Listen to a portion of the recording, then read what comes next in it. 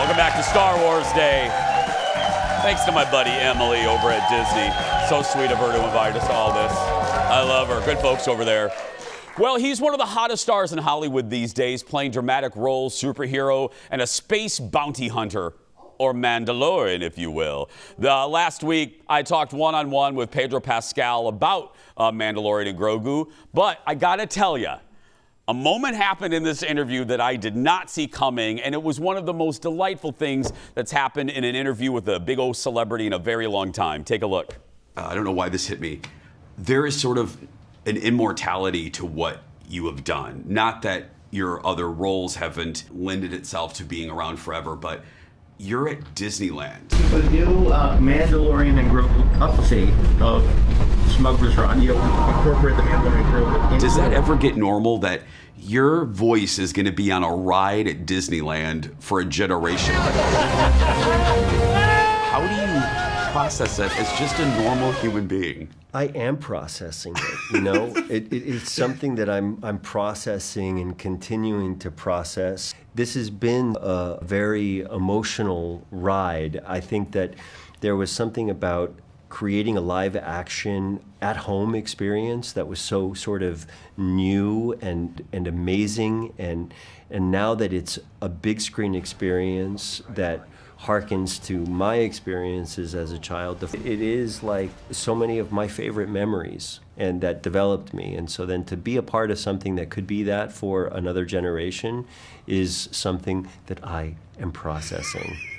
Currently. Yes. Who's lollywood that dog? You developed this role with a helmet on, and people knew you from Game of Thrones, but there was a mystery to it, and people filled in their own vision that helped the legend. Now that you're one of the biggest stars on the planet, how does that dynamic work for you as the actor? Because now people know you. You know what I mean? I'm going to flip it, and Okay. I'm going to talk about how Minneapolis is actually one of my favorite cities. And Sure. So, who knew this? Because no one has come in and said, "Hi, I am Fox St. Louis. You're Fox Minneapolis." Yeah, I do a show around the country, but it's weird. I based in Minneapolis, proudly. Are you from Minneapolis? No, I'm from the Chicago area. Well, it's but I lived there Midwest. for 30 years, so I'm a Minneapolis guy now. It's my favorite city in the United States of America.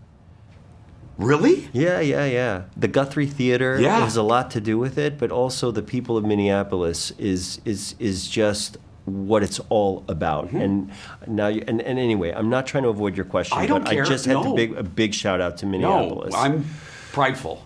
I got a lot of friends who can back me up on this. I'm not kidding. I know the Juicy Lucy is the best cheeseburger that I've ever tasted in my life. 5'8" or Matt's. Do you remember? I think you had. I think probably It was at the Matt's for bar. you. The bar, Matt's. Matt's. Yeah. Yeah. Okay. And there's another place where there's a Juicy There's two. Lucy? 5'8", 5'8". the 5'8" Club, and Matt's. I went to Matt's. Okay. It was a bar. Mm-hmm. And I think about that cheeseburger Okay. every day. Okay. Wow. You're processing a lot. A You lot. at Disneyland, the molten lava cheeseburger. It is just the best thing in the world. Wow. Yeah.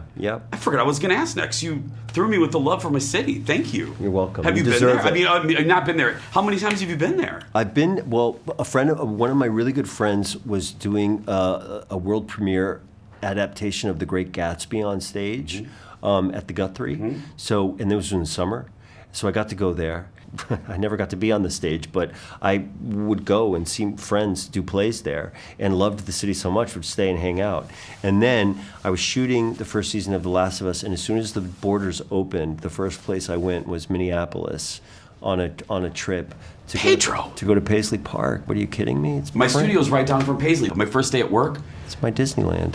I went to Paisley for an interview with Prince. First day at work. What's better than that? Well, No, this is you're right up there with Prince for me. Not even close, For my me. friend. Sure. Thank you, my friend. You're welcome.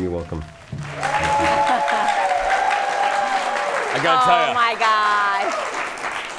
Again, I don't say this with a shishi-poo-poo braggy way. I've interviewed a lot of stars over the years, and you know this. You have too. It's very hard to get a connection when you have like 4 minutes. Yeah. So when something like that happens, I was like, I was, oh, really? I don't Yeah. have to go to my boring questions? Yeah. And then I know I'm going to repeat it. People always ask me what the stars smell like. He smelled like, because he grabbed my hand. We shook hands, and he grabbed my other hand, which I think means we're married now. It does. He In some smelled, places. and I leaned in to smell. I got a sniff. He smelled like warm vanilla and light wood. That's right. Beautiful mix. That's hot. That's Way hot. more. Yeah. Next. Yeah. When we come back, I'm talking to, come on, man, Sigourney Weaver and director Queen. Jon Favreau. We'll be right back. Back in a moment, everybody. That was so good. Yeah, he was great. Thank you, Lau. I appreciate that.